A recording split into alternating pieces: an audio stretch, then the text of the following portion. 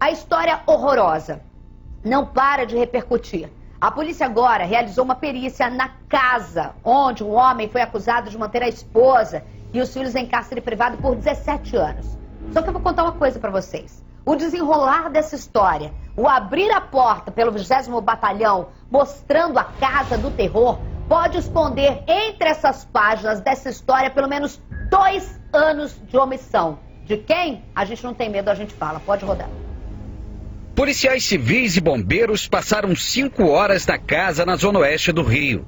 Durante a perícia, eles fizeram escavações pela suspeita de haver um corpo enterrado no local. A polícia recolheu amostras de terra para análise. Não foi encontrado nenhum resto mortal, mas devido a essa ação dos cães, nós recolhemos amostra de terra. Houve queima de material, mas não dá para dizer qual o tipo de material sem uma perícia. Também no quintal chamou a atenção a quantidade de caixas de som. Eram usadas em alto volume por Luiz Antônio Santos Silva para abafar os gritos de socorro da mulher e dos 2 filhos, mantidos em cárcere privado e torturados durante quase 2 décadas. Ele foi preso na quinta-feira após PMs checarem uma denúncia de maus-tratos. As vítimas foram hospitalizadas com desnutrição grave. A ação deste sábado só aconteceu 2 anos após a polícia ter sido informada pelo Ministério Público sobre denúncias feitas por vizinhos da casa. A Corregedoria da Polícia Civil abriu uma investigação para apurar por que 2 delegacias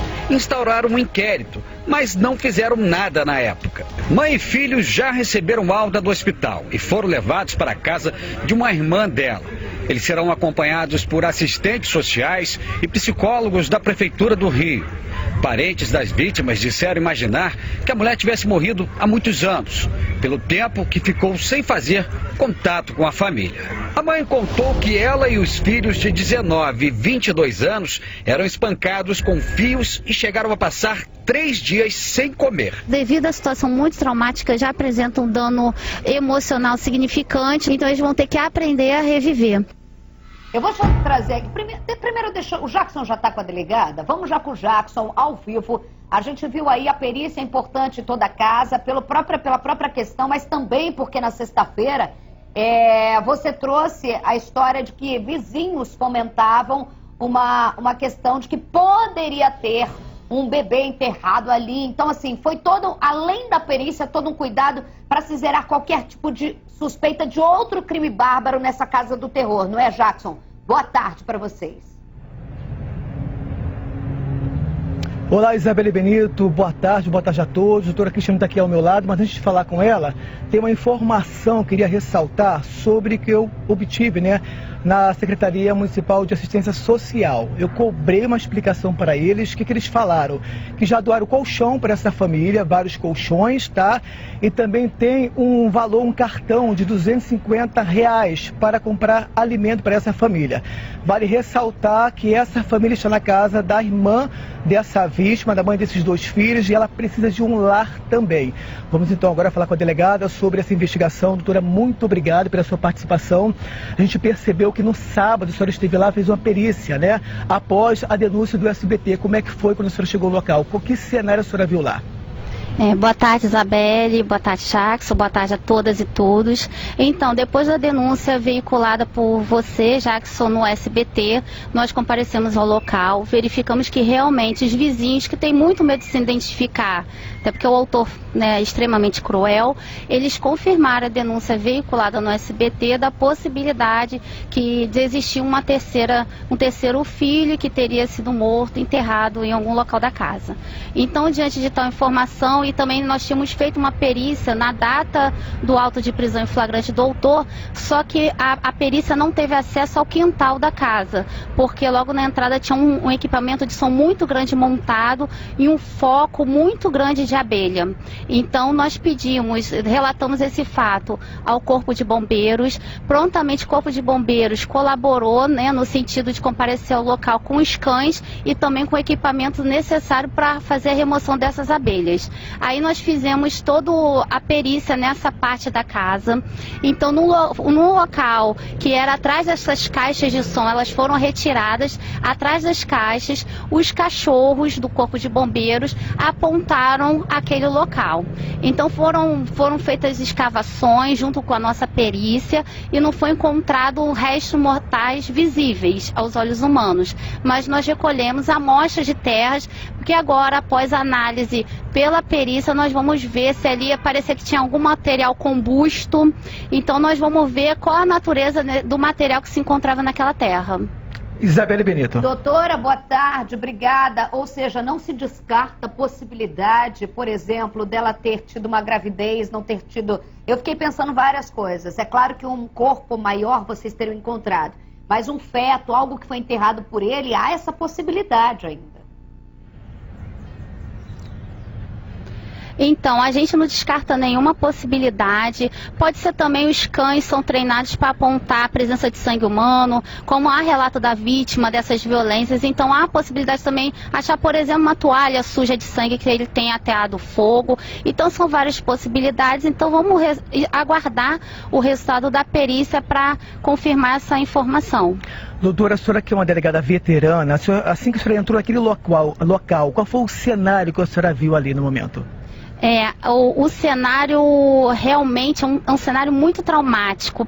Até, né, eu fui com a perícia, com meus policiais, com o Corpo de Bombeiro. Então, os profissionais que estão acostumados a lidar com esse tipo de ocorrência, o termo que todos usaram foi realmente, parece um filme de terror. A casa toda escura, tinha poucas janelas e todas as janelas tampadas com lona preta. Às vezes tinha buraco na parede, aí tampava com plástico o buraco justamente para não entrar luz. Agora, eu achamos na cama os pedaços de pano que ele usava para amarrar os filhos. Agora, uma coisa que me chamou muita atenção foi a área da cozinha, em que havia fogão com gás, e havia geladeira, e a geladeira tinha alimento, tinha até uma caixa de hambúrguer grande na validade, tinha 2 quilos de peixe na validade, tinha feijão já cozido, a geladeira estava cheia de alimentos. Então a privação pela qual eles estavam passando não era por questão financeira, foi devido a uma crueldade mesmo, algum tipo de castigo, algum tipo de limitação que ele queria que os filhos tivessem sido submetidos. Agora, a questão também do papel da mulher, da companheira, a parte da cozinha que deveria, né, pela personalidade do autor, a parte da cozinha deveria ser responsabilidade dela. Então tudo muito organizado, muito, apesar de serem pessoas humildes, tudo muito organizado mesmo, muito arrumada a cozinha, que a gente via visivelmente que era parte da responsabilidade dela. Agora, o restante da casa, muito lixo acumulado em sacolas penduradas, tinha um quarto lá que era lixo puro, um carro cheio de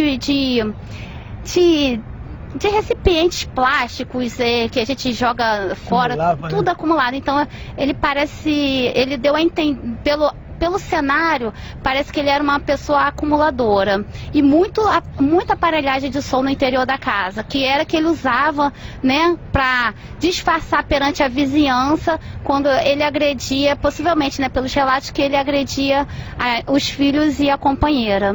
Doutora, eu estou em choque. Eu estou aqui chocada porque você traz em detalhes, e com muita riqueza de detalhes, uma perversidade dessa família, porque assim, o que você traz pra gente, eu não li nada até agora, que você trouxe ao vivo. Porque assim, a sua sensibilidade, e muita gente vai falar, lá vai ela falando de uma mulher. Não, a sensibilidade feminina mesmo, como delegada, de olhar essa parte da cozinha, em que ela era responsável pelo perfil dele, de ser controlador, abusador, tóxico, perverso.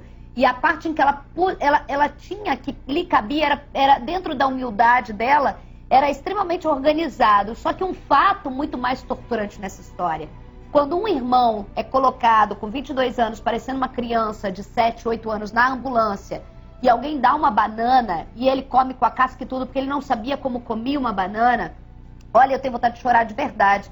Porque assim, é muito distoante com o que você conta da cozinha ter caixa de hambúrguer. Porque quem é uma família que tem hambúrguer hoje na caixa da geladeira? Ele simplesmente não só privava a família, os filhos e a esposa da comida, como ele, assim como um rei autoritário, perverso, ele devia expor, fazer essa mulher cozinhar para ele coisas gostosas e saborosas, enquanto essas crianças já jovens passavam por privação do básico de uma criança, a gente fala criança, mas ter 22 anos, não saber comer uma banana, e quando morde a banana a irmã chora porque o irmão estava comendo. Eu tô aqui tentando botar essa imagem que você descreveu agora na minha cabeça, pensando ainda na caixa de som, na tortura psicológica e mental, aos berros, nas abelhas que também deveriam fazer parte desse contexto perverso, de tudo isso que essa família passava, de todo o terror. E muita gente, eu vou te falar uma coisa e você vai saber do que eu tô falando. Muita gente ainda se faz a pergunta para essa companheira, para essa vítima, muita gente vai perguntar de forma errada, revitimizando essa vítima, falando: por que você deixou isso acontecer? Por que você passou por isso? Porque eu vi até em comentários: por que, onde, como? Como? É uma prisão tão absurda. E tudo isso que você está contando é uma das histórias mais perversas que eu vi como jornalista e provavelmente você como delegada, doutora.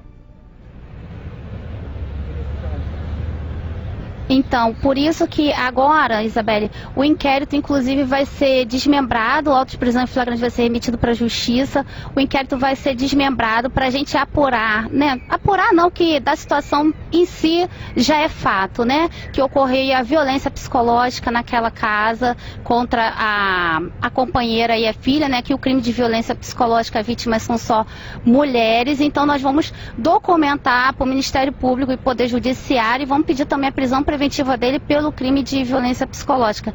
Isabelle, aproveitando assim esse canal de informação que é muito importante, é muito visto, né? Tem muita credibilidade o SBT, esclarecer que o crime de violência psicológica nem precisa ocorrer no ambiente doméstico.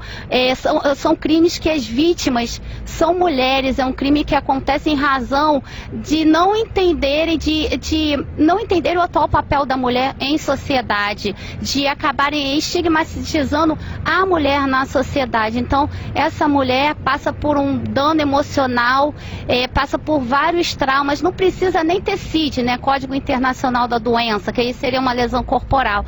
Basta que a mulher comprove: olha, eu não consigo mais trabalhar porque no meu emprego, meu último emprego, o meu patrão me xingava, falava: você é uma burra. E é interessante, não fazer isso com homem.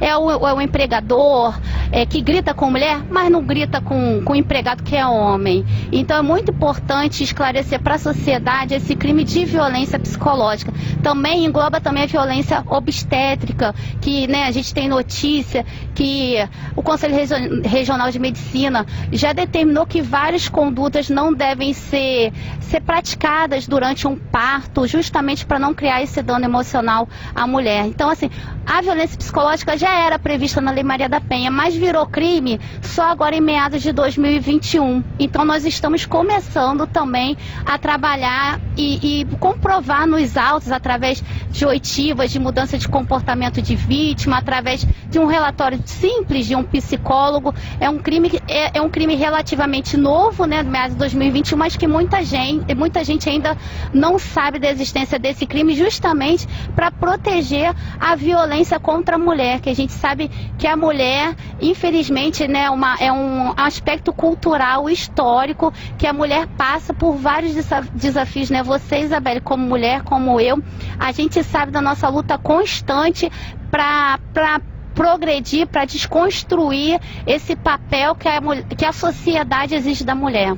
Doutora, falou maravilhosamente bem. Vamos agarrar mais nessa pauta, falar sobre isso, e é importante que as pessoas imaginem, pessoas como a delegada não sofre ou nunca sofreu, sofre. A Isabelle que dá dedo na cara, sai há tantos anos, também já sofri. Qualquer uma de nós, qualquer uma, mulher, basta ser mulher. A gente precisa dessa voz forte, unida. Tem avanço, tem essa lei de 2021, tem feminicídio de 2015, tem patrulha Maria da Penha, tem tudo isso, mas a gente ainda caminha. Tanto é que a gente teve esse caso horroroso na semana passada.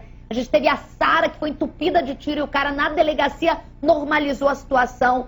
tantas outras coisas que a gente tem que falar, é sobre isso. Doutora, um beijo pra você, minha produção vai te ligar, que a gente precisa falar mais disso, eu preciso de mais tempo em todos os canais, não só aqui, como a rádio, onde eu puder ter microfone, a gente vai falar sobre isso para ajudar. Jackson Silva, obrigada pelas informações.